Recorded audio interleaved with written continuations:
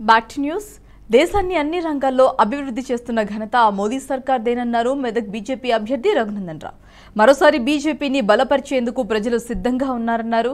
సంగారెడ్డి జిల్లా పటాన్చెరు నియోజకవర్గంలో ఆయన పర్యటించారు.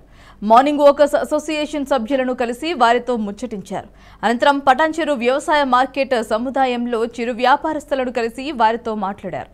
ఈ సందర్భంగా రఘునందన్ మాట్లాడుతూ అవినీతి రహిత ప్రభుత్వాన్ని ప్రధాని మోదీ అందిస్తున్నారని అన్నారు. డిజిటల్ రంగంలో విప్లవాత్మకమైన మార్పులను తీసుకువచ్చి చిరు వ్యాపారస్తులు సైతం డిజిటల్ మనీ వంటి సౌకర్యాలను వినియోగించే విధంగా సంస్కరణలు తీసుకువచ్చి మోసాలకు తావులేని దేశాన్ని నిర్మించడమే ధ్యేయంగా మోదీ సర్కార్ పనిచేస్తోందన్నారు.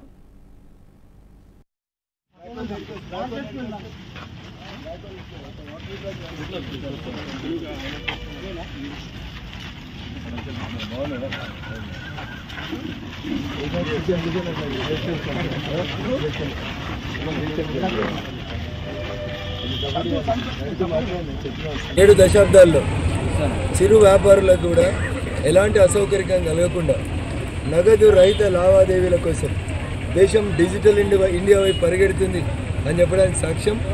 ఈరోజు మార్కెట్లో అల్లం వెల్లిపాయ అమ్ముకునేటువంటి చిన్న వ్యాపారస్తులు కూడా పేటీఎంలను వాడుతూ నగదు రహిత సమాజ నిర్మాణం కోసం నరేంద్ర మోడీ గారి ఆశయ సాధన వైపు అడుగులేస్తున్నారు. నేను రైతన్నల్ని అభినందిస్తూ ఉన్నాను.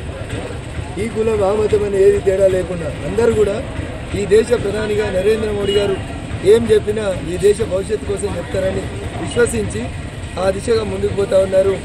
అదే నరేంద్రుడి బ్రాండ్, నరేంద్రుడు ప్రపంచానికి ఇచ్చినటువంటి భారతీయుల గుర్తింపు.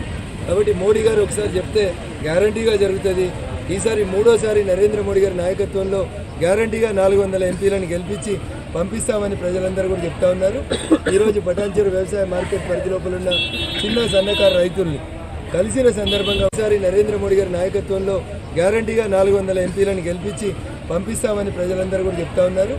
ఈరోజు పటాన్చెరు వ్యవసాయ మార్కెట్ పరిధి లోపల ఉన్న చిన్న సన్నకారు రైతుల్ని కలిసిన సందర్భంగా వారు చెప్పిన మాట తప్పకుండా బిడ్డ ఈ దాప మోడీ గారిని మూడోసారి గెలిపిస్తామన్నటువంటి మాట చెప్పినందుకు వారందరికీ కూడా నేను ప్రత్యేకంగా కృతజ్ఞతలు తెలియజేస్తాను.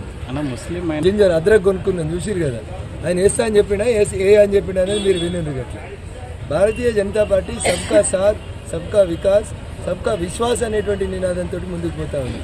ట్రిపుల్ తలాక్ బిల్లు తీసుకొచ్చింది భారతీయ జనతా పార్టీ. ముస్లింల కోసం కాదా?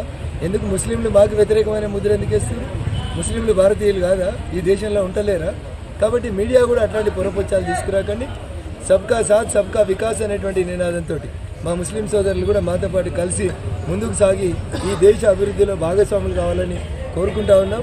1-2 విచ్ఛిన్నకర సంస్థలు ఎప్పటికీ ఉంటాయి. వాటిని ఎట్లా హ్యాండిల్ చేయాలనేది భారత ప్రభుత్వానికి తెలుసు. 7 దశాబ్దాల్లో చిరు వ్యాపారులకు కూడా ఎలాంటి అసౌకర్యం కలగకుండా